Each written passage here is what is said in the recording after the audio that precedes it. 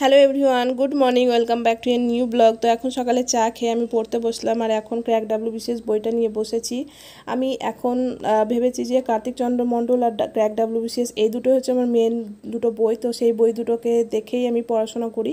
তো এখন আমি নদ নদী আর ভূপ্রকৃতি দুটো আজকে পড়বো। ভূপ্রকৃতি আর নদ নদী থেকে আমি ভালোভাবে বুঝবো, মাইন্ড ম্যাপিং করার চেষ্টা করব। আমি গুগলে কিছু কিছু ছবিও সার্চ করি ম্যাপের, তো যেহেতু তার জন্য ভালোভাবে মনে থাকে। আর এটা শুধু আমার মনে হয় ভূগোলটার ক্ষেত্রে শুধু পড়লেই হবে না, সেটাকে ভালোভাবে মাথায় ঢোকানোর জন্য ম্যাপের প্রয়োজন আছে। তো ম্যাপ দেখে আমি ইন্ডিয়ার যে জায়গাগুলো আছে, স্টেটসগুলো আছে, সেগুলো সব পয়েন্টিং করছিলাম যে কোথায় কোন জায়গাটা আছে।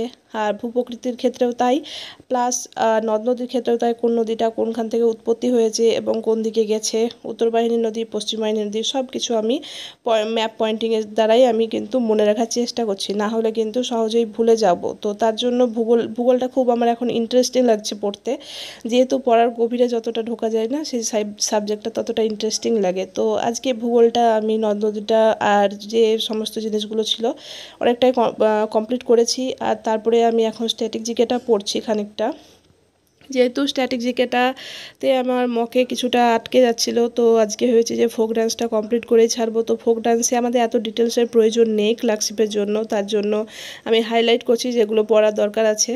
তো ফোক ডান্সগুলো আমার পড়া হয়ে গেছে, আর সেখান থেকে হাইলাইটগুলো করছিলাম আর একবার রিভিশনও দিচ্ছিলাম।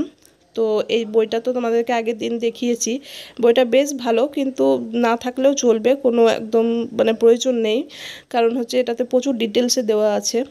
তো তারপরে আমি এখন কারেন্ট অ্যাফেয়ার্সের একটা ক্লাস করছি। কারেন্ট অ্যাফেয়ার্সটা কিছুদিন করা হয়নি, তো তারপরে এখন আমি এই ক্লাসটাতে দুদিনের কারেন্ট অ্যাফেয়ার্সটা করে নেব।